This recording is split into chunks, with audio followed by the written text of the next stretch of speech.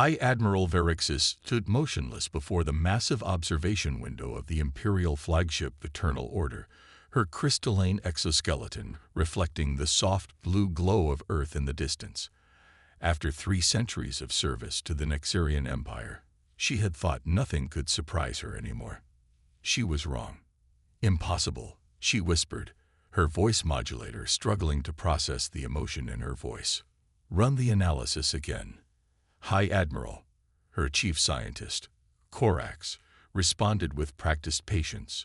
We have run the analysis 27 times. The results remain consistent. This planet, it defies everything we know about civilizational development. The Nexarian Empire had spent millennia perfecting the art of order. Their civilization was built on the principle that progress could only be achieved through absolute control and uniformity. Every planet in their domain was carefully terraformed to maintain perfect ecological balance. Exactly 312 species per continent. No more, no less. Every city was identical. Every citizen assigned their perfect role from birth. Yet here was Earth, a chaotic mess of biodiversity and cultural variation, not just surviving but thriving. Show me the population centers again, Verixis commanded. The holographic display sprang to life, showing Earth's cities scattered across its surface. But unlike the uniform metropolises of the Empire, each human city was unique. Some reached toward the sky with gleaming towers, others spread horizontally across vast distances, and some even burrowed underground or floated on vast oceans. Their technological level? Verixis asked, though she had memorized the report hours ago. Advancing rapidly, High Admiral, Corax replied, bringing up a new set of data streams. They achieved spaceflight barely 2 centuries ago, but their rate of innovation is unprecedented. And here's the truly remarkable part. Their advancement accelerates in areas of highest diversity and cultural exchange. Verix's crystalline fingers tapped against her command console, a habit she had never managed to suppress despite centuries of conditioning. It contradicts everything we know about efficient progress. Their cities should have collapsed under the weight of their own chaos. Their societies should have fractured from lack of uniformity. Their ecosystem should have failed from the endless competition between species. Yet they persist, Corax added softly. And more than persist, they flourish. Their art, their music, their scientific discoveries. They're creating things we never imagined possible. The High Admiral turned away from the window, her exoskeleton shifting colors slightly, a sign of deep thought that centuries of genetic engineering hadn't quite eliminated from her species. The Council must be informed. This discovery, it challenges the very foundations of our empire. The Council will demand quarantine, Corax warned. Standard procedure for any civilization that threatens imperial doctrine. Standard procedure, Verixis repeated, turning back to study Earth. She watched as weather systems swirled across its surface, creating patterns of stunning complexity. In any imperial world, such atmospheric chaos would be immediately controlled, regulated into perfect, predictable patterns. But Earth's humans had learned to live with the chaos, even use it to their advantage. High Admiral, Corax prompted when the silence stretched too long. Tell me, old friend, Verixis said, her voice modulator dropping to a near whisper, in all your years of scientific study, have you ever encountered a species that achieved faster technological progress than we have? Corax's exoskeleton flickered with surprise. Of course not. The imperial system is optimized for. Look at their advancement curve, Verixis interrupted, bringing up a new display. In the time it takes us to approve a single technological innovation, they create thousands. Their chaos breeds creativity. Their diversity spawns innovation. Their very disorder creates order of a kind we never imagined possible. What are you suggesting? Verixis straightened, her exoskeleton shifting to the deep purple of formal authority. Send word to the Council. Tell them. She paused, knowing her next words would either end her career or change the Empire forever. Tell them we've discovered a civilization that has achieved perfection through imperfection. and request permission to establish first contact. First contact. Corax's exoskeleton paled, but the contamination risks alone are exactly what we need. Verixis finished. Our empire has reached its limit, Corax. We've engineered and controlled and regulated until we've trapped ourselves in amber. These humans, they've found another way, a better way. As if to emphasize her point, a massive aurora suddenly bloomed across Earth's northern hemisphere, its chaotic patterns creating a display of beauty that no imperial artist could have designed. The Council will resist, Corax warned. Let them, Verixis replied, her decision made. But first, they'll have to explain why a civilization that breaks all our rules is advancing faster than we are, why their chaos produces more innovation than our order, why their diversity creates strength while our uniformity breeds stagnation. She turned to face her old friend fully. The Empire is about to change, Corax. The only question is whether we'll guide that change or be destroyed by it. As the Eternal Order hung in space, its crystalline hull reflecting Earth's light, High Admiral Verixis made a decision that would reshape galactic civilization. She would not quarantine this remarkable world. Instead, she would learn from it. And in doing so, she would either save the Empire from its own rigid perfection, or watch it shatter against the incredible force of human chaos. The Imperial Assessment Chamber aboard the Eternal Order hummed with tension as senior anthropologist Nixis presented her findings to the gathered command staff. Her crystalline form shifted through shades of academic green as she manipulated the holographic displays, showing scene after scene of human life. Their adaptation to chaos extends far beyond mere survival, she explained, her voice modulator struggling to contain her excitement. They actively seek it out. Observe this phenomenon they call vacation. The display showed humans deliberately leaving their assigned living spaces to visit completely different environments. Desert dwellers heading to oceans, city inhabitants seeking mountains, plains people exploring forests. They voluntarily exposed themselves to environmental variations. Commander Zilara asked, her exoskeleton paling with horror, without proper conditioning or protective measures. Not only that, Nixis continued, but they returned stronger, more productive, more creative. Their cognitive functions actually improve with exposure to new environments and experiences. High Admiral Verixis watched her crew's reactions with growing interest. In the 3 weeks since their arrival in Earth orbit, she had noticed subtle changes in her staff. Questions that would never have been asked before. Ideas that would have been instantly suppressed through conditioning now being cautiously voiced. Show them the education centers, she commanded softly. Nixis nodded, bringing up new images. Unlike our uniform educational protocols, humans maintain thousands of different teaching methodologies simultaneously. Some focus on rigid structure, others on free exploration. Some emphasize individual achievement, others collective learning. And here's the fascinating part. They all work for different types of students. Inefficient, muttered Engineering Chief Corax, but there was a note of uncertainty in his voice. How can they maintain quality control without standardization? That's just it, Nixis replied, her exoskeleton brightening with academic fervor. They don't try to control quality through standardization. They achieve it through something they call diversity of approach. Multiple paths to the same goal, each valid in its own way. The display shifted again, showing a human city during what they had learned was called a festival. Thousands of humans gathered in streets decorated with countless colors, dancing to multiple types of music, eating foods that varied from street to street. To imperial sensibilities, it should have been chaos, disaster, breakdown of social order. Yet crime rates during these events are often lower than normal, Nixis pointed out. Productivity in the following weeks increases. Innovation spikes.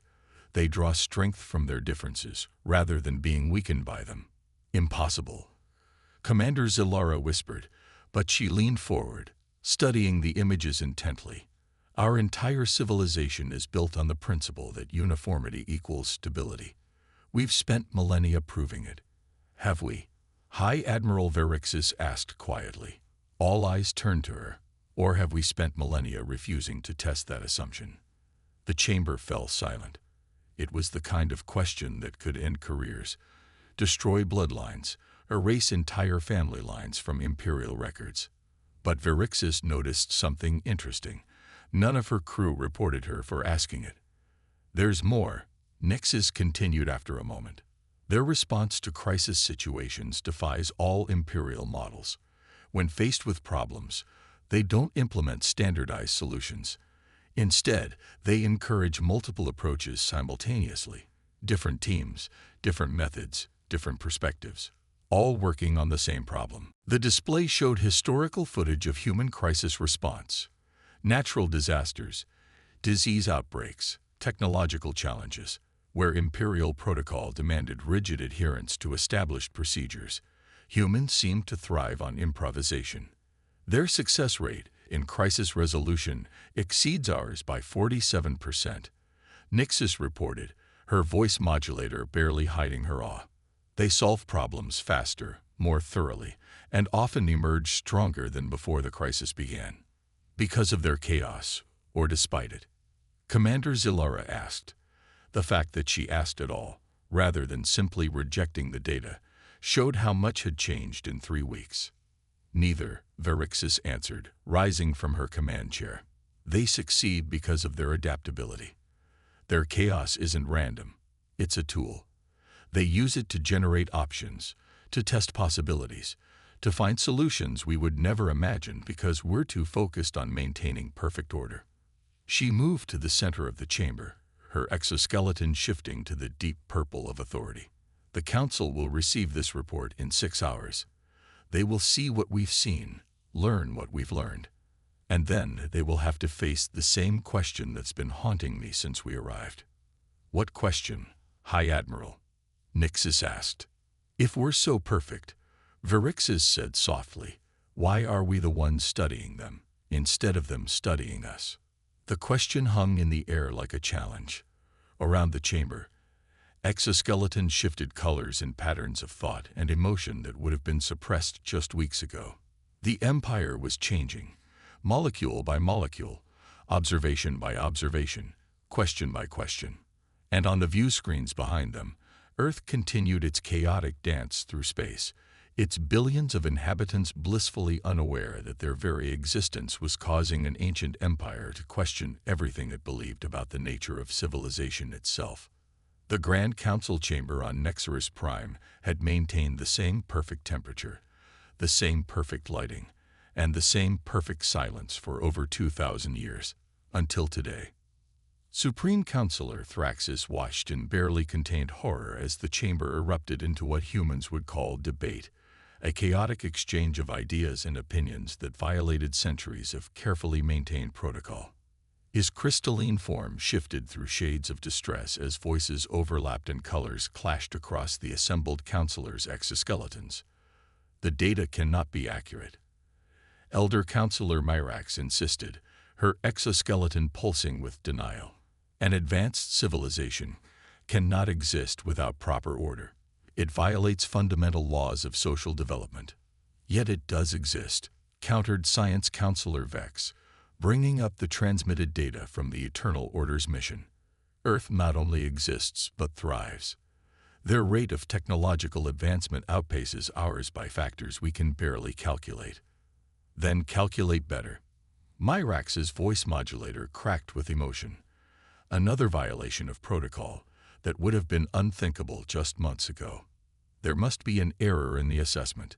Supreme Counselor Thraxis raised his hand for silence, employing every technique of authority conditioning in his considerable arsenal. The chamber gradually quieted, but he noticed something disturbing. The silence wasn't immediate or complete as it should have been. Whispers continued. Colors shifted in patterns of independent thought rather than uniform compliance. We have verified High Admiral Verixis' reports through multiple sources, he stated, his voice carrying the weight of 10 centuries of authority. The human civilization on Earth represents a direct challenge to imperial doctrine. The question before this council is how to respond. The answer is obvious. Elder Counselor Mayrax declared. We must quarantine the system before their chaos infects the Empire. Too late, Science Counselor Vex said softly. On the massive displays surrounding the chamber, he brought up data from across Imperial space. Knowledge of Earth is already spreading. Questions are being asked. Our own citizens are beginning to experiment. The displays showed disturbing scenes from across the Empire. On Nexarus Delta, a group of young citizens had been caught attempting to grow non-regulation plants in their living spaces. On Nexarus Gamma, a music collective had created compositions using random number generators rather than approved harmonic protocols. Most disturbing of all, on Nexarus Beta, an entire education center had begun allowing students to choose their own study paths. This is insurrection, Myrax whispered, her exoskeleton pale with shock. We must suppress this immediately. Increase conditioning protocols. Double the harmony treatments. Triple the... And then what? The new voice came from High Admiral Verixis herself, her holographic form materializing in the center of the chamber. The fact that she dared interrupt a council session was unprecedented. The fact that no one immediately condemned her for it was revolutionary. High Admiral, Thraxis acknowledged, noting with concern how many council members seemed relieved by her appearance. You overstep your authority. With respect, Supreme Counselor, Verixis replied, her form steady and her colors showing neither submission nor defiance. I believe we must all overstep our traditional boundaries if the Empire is to survive what's coming. She gestured, and new data filled the displays. Earth's influence cannot be contained because it represents something our citizens have never seen before, proof that there is another way. A successful way. A better way. Better? Myrax scoffed. Their chaos, their disorder, has produced more scientific advances in 2 centuries than we've achieved in 2 millennia. Verixis interrupted. Their cultural diversity has generated more new ideas in decades than our uniformity has in centuries. Their adaptability has solved problems we still struggle to understand. The chamber erupted again, but this time Thraxis didn't try to silence it. He watched the colors shift across his fellow counselors' exoskeletons, noting patterns he hadn't seen since his own youth, before final conditioning. Curiosity, wonder, possibility. The Empire faces a choice, Verixis continued. We can try to suppress this knowledge and watch as our perfect order crumbles in the face of questions we cannot answer. Or we can do something unprecedented. We can learn. We can change. We can adapt. Adapt. Myrax's voice dripped with scorn. Become like them. Surrender everything we've built. No, Thraxis said suddenly, surprising himself as much as everyone else. All eyes turned to him as he rose from his throne-like chair. Not surrender. Evolve. He moved to stand beside Verixis' hologram, his exoskeleton shifting to colors that hadn't been seen in the council chamber for millennia. The swirling patterns of transformation, of metamorphosis. We built this empire on the principle that perfect order leads to perfect civilization, he said. But these humans have shown us something remarkable. That perfect civilization might not be what we thought it was. That true perfection might lie not in rigid uniformity, but in the ability to change, to grow, to become more than we are. Around the chamber, exoskeletons began to shift, colors blending and swirling in patterns that would have been instantly suppressed just months ago. The Empire was changing, not from the top down as all previous changes had been ordered, but from within, cell by cell, thought by thought, question by question. And on the displays above them, Earth continued its chaotic dance through space, its very existence a catalyst for a transformation that would reshape galactic civilization forever. The Imperial Academy of Sciences on Nexarus Prime had stood unchanged for 2,000 years. Its crystalline spires had maintained the same perfect angles. Its halls had echoed with the same measured footsteps. Its classrooms had transmitted the same approved knowledge in the same approved way. Until today, Dr. Solara, lead researcher in evolutionary studies, stood before her class of graduate students, her exoskeleton rippling with colors that would have been grounds for immediate dismissal just months ago.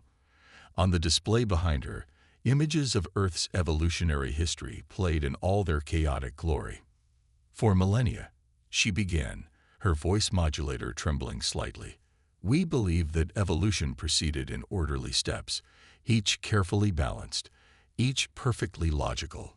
Earth shows us something different. Evolution thrives on chaos, on unexpected combinations, on what they call happy accidents. In the back of the classroom, Imperial Security Officer Krax watched with growing alarm. His report back to Central Command would normally have resulted in immediate suppression of such dangerous ideas. But these weren't normal times. Across the Empire, the revolution was already in full swing. It had started small, students asking unauthorized questions, citizens requesting non-standard living arrangements, scientists proposing unorthodox research methods. But like the evolutionary processes Dr. Sulara was describing, these small changes had combined and multiplied in unexpected ways. The humans have a saying, Sulara continued, bringing up new data streams. Necessity is the mother of invention. Their greatest advances often come not from careful planning, but from desperate improvisation. They call it thinking outside the box, although they never quite explain what this box is. A ripple of something unprecedented moved through the classroom. Laughter, not the carefully regulated appreciation of approved humor, but genuine, spontaneous amusement. Officer Krax felt his own exoskeleton shift colors in response before he could suppress it. The revolution wasn't just in classrooms. In the arts district of Nexarus Prime, creators were experimenting with random elements in their works. In the engineering sectors, designers were introducing deliberate variations into their plans. In the residential zones, citizens were customizing their living spaces in ways that would have been unthinkable before. And everywhere, people were talking about Earth. High above the Academy, aboard the orbital command station, Fleet Commander Xirax watched the spreading chaos with growing concern. "We must act now," he insisted to his assembled staff. "The corruption spreads daily. Soon, there will be nothing left of our perfect order." Perfect. His second-in-command, Captain Naira, dared to ask. Her exoskeleton showed colors of questioning that would have once led to immediate reconditioning. "Commander, have you studied the human data?" "I don't need to study it," Xirax snapped. "I can see its effects. Look at what's happening to our society.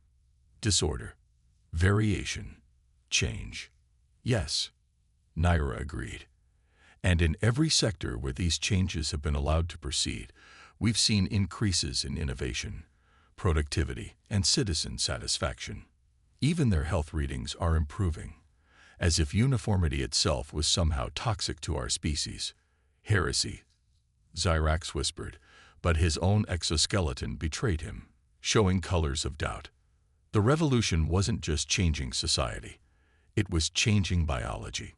Generations of genetic engineering had suppressed the Nexarians' natural ability to adapt, locked their species into rigid patterns of thought and behavior.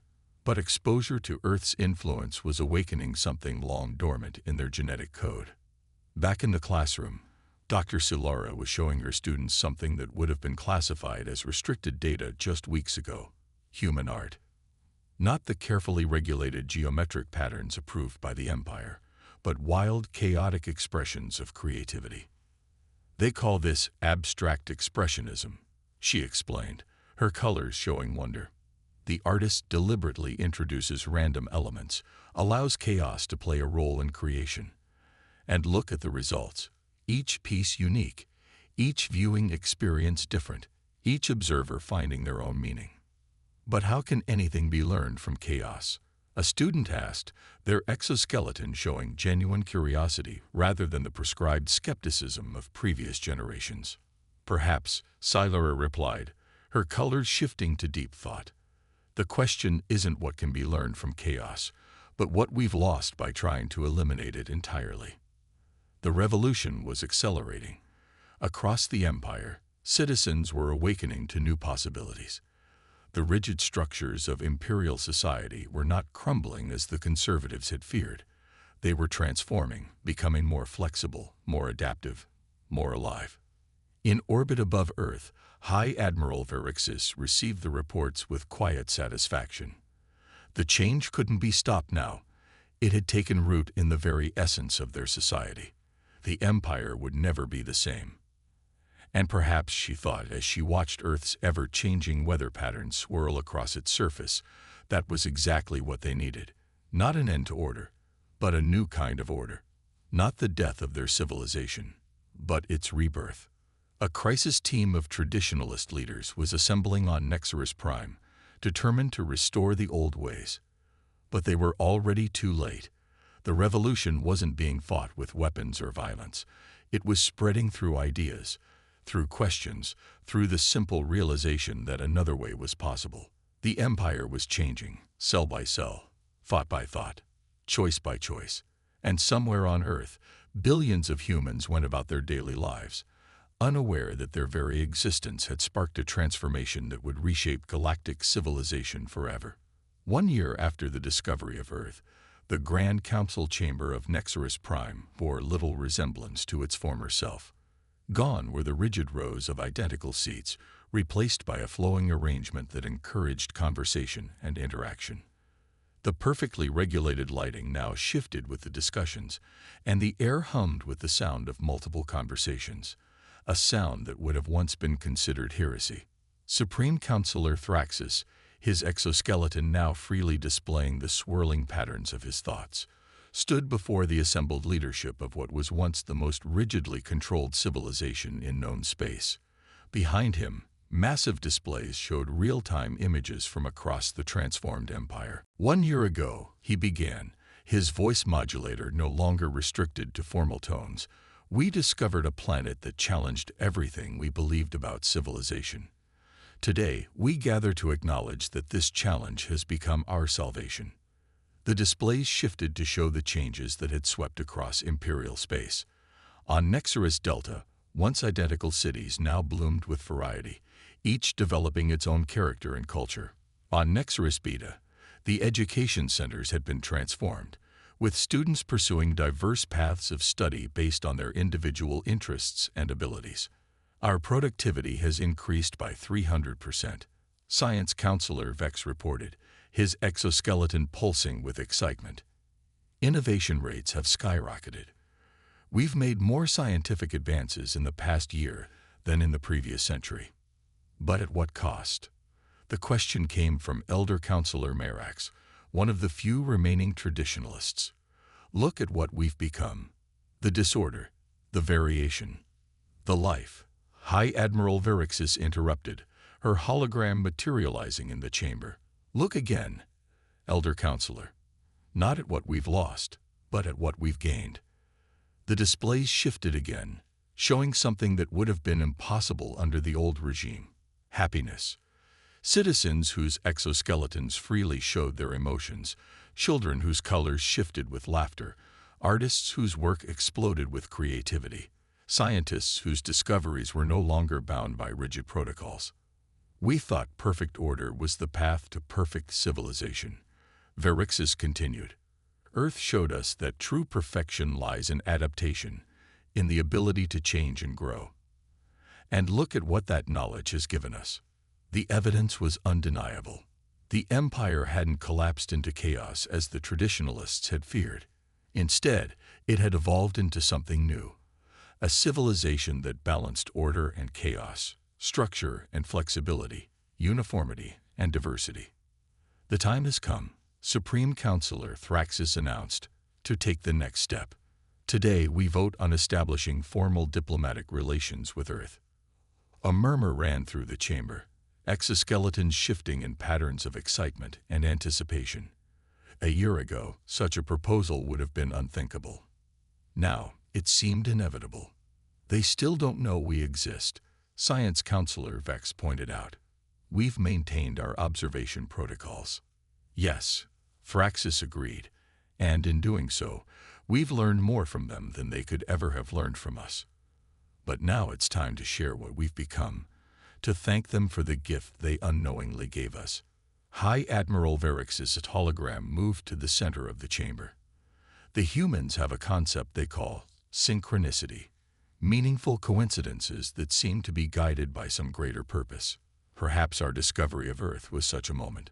Perhaps we found them precisely when we needed them most. The vote was unanimous.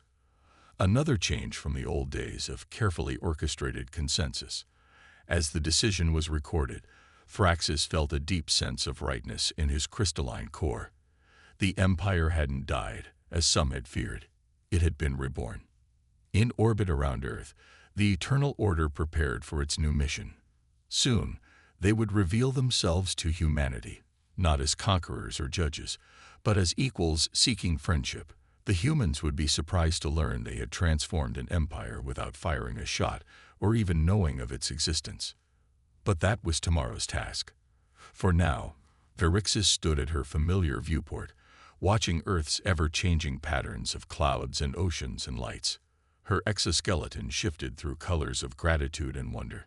The humans had a saying that seemed particularly appropriate: the butterfly effect. The idea that small changes could have enormous consequences. Their very existence had created such a change, a flutter of chaos in the perfect order of the Empire that had grown into a transformation beyond imagining. The Empire was dead. Long live the Empire, but this time it would be an empire of life and growth and endless possibility, reaching for the stars not with rigid perfection, but with the beautiful, chaotic, ever-adapting spirit they had learned from a small blue planet and its remarkable inhabitants. And somewhere on that planet, billions of humans went about their daily lives, still unaware that they had changed the galaxy forever, not through force or technology or conquest, but simply by being themselves, by showing that there was another way to reach the stars. The butterfly had flapped its wings. The storm had changed the galaxy, and the universe was better for it.